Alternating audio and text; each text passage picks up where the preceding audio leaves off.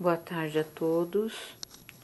Hoje eu vou ler para vocês o capítulo 2 de Marcos, o paralítico de Cafarnaum. E alguns dias depois, entrou outra vez em Cafarnaum e soube que estava em casa. E logo se ajuntaram tantos que nem ainda nos lugares junto à porta eles cabiam, e anunciava-lhes a palavra. E vieram ter com ele, conduzindo um paralítico, trazido por 4 pessoas.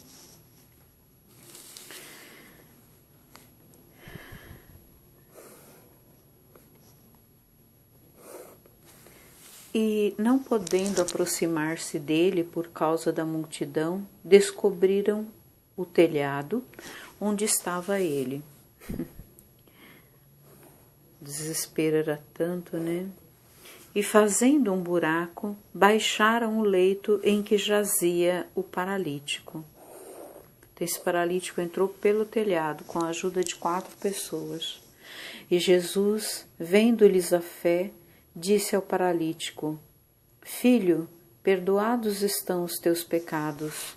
E estavam ali assentados alguns dos escribas que arrazoavam em seu coração, dizendo: Por que diz este assim blasfêmias?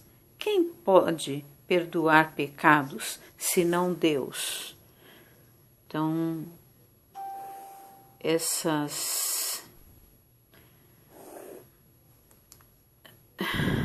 os escribas, eles não acreditavam em Jesus. Eles iam lá só para atormentar a paz das pessoas que precisavam de ajuda e desfazer de Jesus. E Jesus, conhecendo logo em seu espírito que assim arrazoavam entre si, lhes disse: Por que arrazoais sobre essas coisas em vosso coração? Qual é a mais fácil? Dizer ao paralítico: Estão perdoados os teus pecados? Ou dizer-lhe: Levanta-te e toma o teu leito e anda?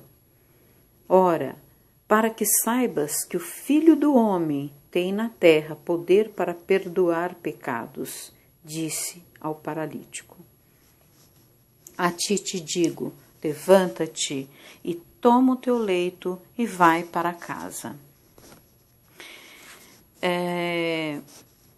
Aqui Jesus faz uma comparação. O que é mais fácil fazer? Levanta-te e vai embora, tá tudo certo? Ou perdoar primeiro os pecados dele para depois dizer: levanta-te, toma o teu leito e vai para a tua casa?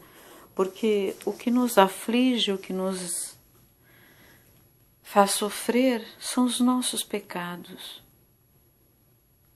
Eu sou uma pessoa que eu tenho tantos pecados, eu sofro tanto e eu sei que é pelos meus pecados. Eu já perdi perdão a Deus, e a todos os que eu fiz mal, mas eu acho que ainda não foi suficiente.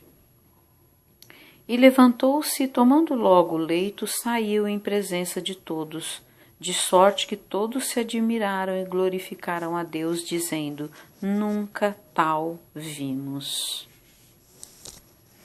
A vocação de Levi. E tornou a sair para o mar, e toda a multidão ia ter com ele, e ele os ensinava. Na verdade, 3 milagres aconteceram. Jesus curou o paralítico, leu seus pensamentos e perdoou os pecados de todos. A alegação de Jesus é clara. Ele faz a obra que somente Deus pode fazer, portanto, ele é Deus. Isso é muito importante, gente, nós termos claro isso na nossa mente e passar para os nossos filhos e netos.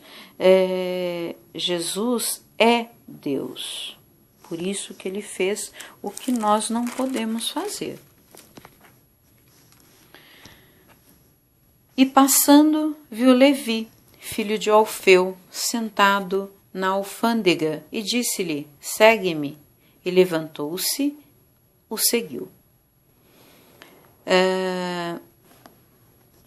E aconteceu que, estando sentado à mesa em casa deste, também estavam sentados à mesa com Jesus e com seus discípulos muitos publicanos e pecadores, porque eram muitos e o tinham seguido. E os escribas e fariseus, vendo-o comer com os publicanos e pecadores, disseram aos seus discípulos: por que come e bebe com ele os publicanos e pecadores? E Jesus, tendo ouvido isso, disse-lhes: os sãos não necessitam de médico, mas sim os que estão doentes. Eu não vim para chamar os justos, mas sim os pecadores. Então, queridos irmãos, acreditem, se você foi tocado por Jesus, assim como eu, é porque você é pecador. Porque quem não tem pecado não precisa de Jesus, não é? Vamos lá. As deficiências, tratando todos com amor. Mais do que qualquer coisa, mais do que qualquer outra coisa, pessoas com deficiência precisam de amigos, conhecidos, casuais, próximos ou especialmente íntimos, seja qual for o tipo de incapacidade que a pessoa com deficiência tenha.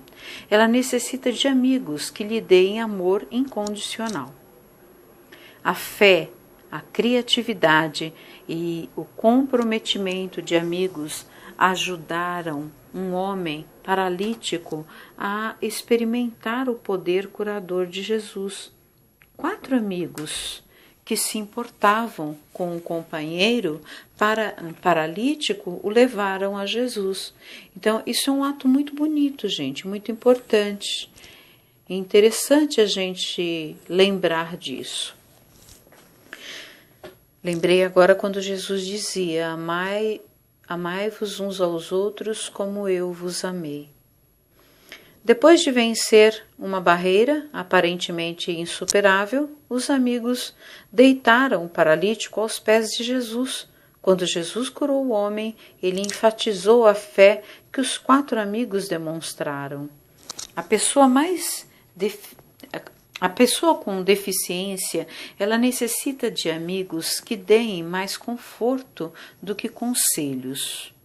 Olha, isso é muito importante. Mais conforto do que conselhos. Tem gente que está dentro da igreja e quando o irmão está doente, ele é o primeiro a apontar o dedo. Você está com falta de fé, você não está fazendo isso. Eu, por exemplo, eu discordo e chego até a debater com essas pessoas que muitas vezes chegam para mim por eu estar doente e falam que eu não tenho fé em Deus, que eu não estou indo à igreja como deveria e isso e aquilo. Eu não concordo, porque eu sou uma mulher de Deus, eu sou uma mulher que tem fé. Então, as pessoas, ao invés de apontar o dedo, precisam ajudar quem está doente, quem está numa situação menos favorecida, né? Amigos deveriam continuar se doando apesar das barreiras arquitetônicas ou de atitudes, envolvendo pessoas com deficiências em atividades e no ministério. Muito importante isso aqui, ó. Atividades e ministério. No culto, integre pessoas com deficiência com outras que possuem capacidades normais. É interessante isso aqui, porque nas escolas aqui de São Paulo já existe o projeto de integração. Não é o correto, porque um professor para 30 mais um deficiente ou 2, o professor enlouquece, nem ajuda o deficiente, nem ajuda os alunos ditos normais. Teria que ter um grande auxílio e, infelizmente, não temos, e quando aparece é por pouco tempo. Enfim, mas aqui na Palavra de Deus, ele já está falando dessa integração, né? Então, evangelize amigos com deficiência. Olhe além das Olhe além das aparelhagens para conhecer o indivíduo como uma pessoa. Tenha a atitude: se eu não abordar essa pessoa com o Evangelho e o amor de Deus, quem irá fazê-lo? Né? Interessante isso aqui. Terna misericórdia, bondade, humildade, mansidão e longanimidade são elementos essenciais para se fazer amizade com uma pessoa com deficiência. Isso é esperado de cada um, mas especialmente os cristãos com corpos normais são desafiados a levantar-se acima de todos esses obstáculos e demonstrar amor. Então, a nossa missão é muito grande. O amor incondicional não nota as deficiências físicas ou mentais e foca na pessoa real, um objeto especial do cuidado e preocupação de Deus. Um relacionamento profundo com uma pessoa com deficiência, um amigo ou membro da família, é uma oportunidade especial para descobrir o que é o verdadeiro amor. Muito lindo isso aqui, gente. Se você que tem um familiar deficiente, um amigo, faça o que você puder. Leve a palavra de Deus a ele, que isso é muito lindo, é maravilhoso. E Deus, ele é fantástico. O jejum. Ora, os discípulos de João e os fariseus jejuavam. E foram e disseram-lhe: por que jejuam os discípulos de João e os dos fariseus, e não jejuam os teus discípulos? E Jesus disse-lhes: podem porventura os filhos das bodas jejuar enquanto está com eles o esposo? Enquanto tem consigo o esposo, não podem jejuar. Quem é o esposo? Jesus, certo? Então, o esposo é Jesus, ok? Mas dias virão em que lhes será tirado o esposo, e então jejuarão naqueles dias, tá? Então Jesus já está no céu, nós temos que jejuar, ok? Ninguém costura remendo de pano novo em veste velha, porque o mesmo remendo novo rompe o velho, e a rotura fica maior. E ninguém põe vinho novo em odres velhos, do contrário, o vinho novo rompe os odres, e entorna-se o vinho, e os odres estragam-se. O vinho novo deve ser posto em odres novos. É uma passagem muito interessante, porque quando ele diz aqui, ninguém põe vinho novo em odres velhos, ou seja, se o nosso corpinho, a nossa alma está suja, cheia de pecados, de que adianta você colocar algo bom? Não vai entrar algo bom, né? Dentro da gente. Então nós temos que tornar o nosso corpo, que seria o nosso odre, né? Jejuando. Então você jejua, você se limpa, aí você coloca algo novo dentro de você. Aqui ele deu exemplo do vinho dos odres, mas nós podemos entender como o nosso corpo limpo e o Divino Espírito Santo dentro de nós. Ok? Jesus é Senhor do sábado.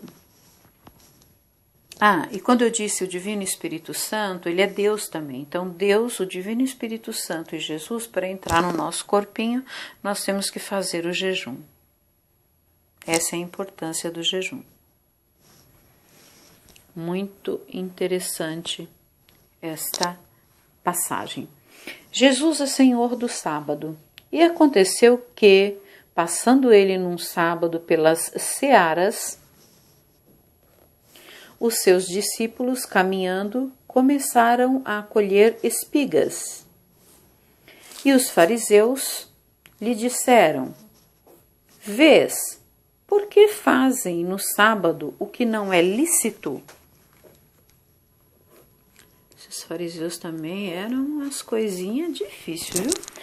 Mas ele disse-lhes: Nunca lestes o que fez Davi quando estava em necessidade e teve fome, ele e os que com ele estavam?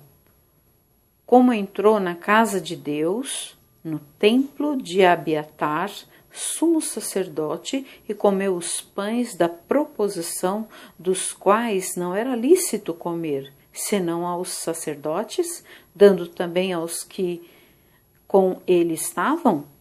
E disse-lhes: O sábado foi feito por causa do homem, e não o homem por causa do sábado. Assim o Filho do Homem até do sábado é Senhor. Então, Deus faz o que ele achar melhor no sábado, né? E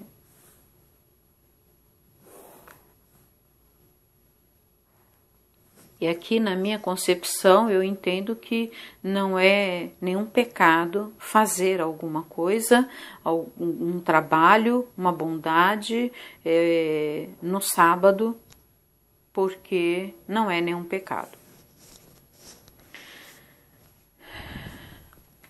Levi, ou Mateus, era um coletor de impostos que trabalhava para Herodes Antipas.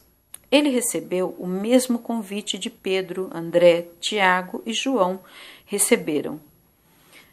Assim como os outros, ele seguiu a Jesus imediatamente.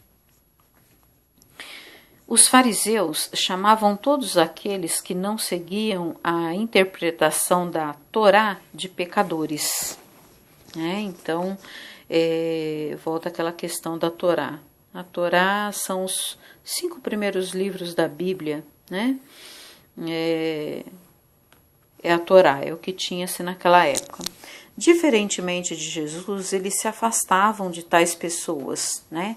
Enquanto Jesus ia até o paralítico, até o doente, até o aleijado, até a pessoa que estava com qualquer doença e as curava, os fariseus faziam o contrário. Eles se separavam das pessoas doentes. Tá doente, então isola, vai para lá, né? Enfim, eles faziam o contrário. Jesus não se enquadrava no conceito deles de como o Messias deveria agir.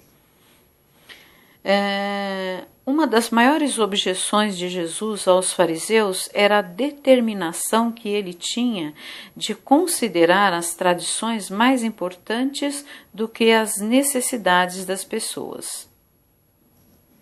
Então, como Jesus via mais a necessidade das pessoas do que as tradições, do que um livro, alguma coisa do gênero, eles viam de outra forma. Primeiro a Torá. Então, primeiro eu vou para a igreja. Tem alguém morrendo? Não. Quando eu voltar da igreja, eu resolvo. Não. Ajuda primeiro o teu irmão, depois você vai para a igreja. Entendeu? Deus vai entender isso muito melhor, vai ver com muito bons olhos, né? E vai te ajudar até. Porque primeiro nós temos que ajudar os nossos irmãos, depois a gente vai fazer as outras coisas, né? Então é assim que a gente age, que a gente tem que agir. Bom, meus irmãos, espero que vocês tenham gostado da leitura. Fiquem na paz do Senhor, que essa leitura sirva para levar paz, saúde, proteção, prosperidade, cura, tudo de bom, todo o amor que o Senhor Jesus prometeu e deu a todos quando esteve na terra, que quem ouvir essa mensagem receba com muito carinho. Fiquem na paz do Senhor Jesus. Amém.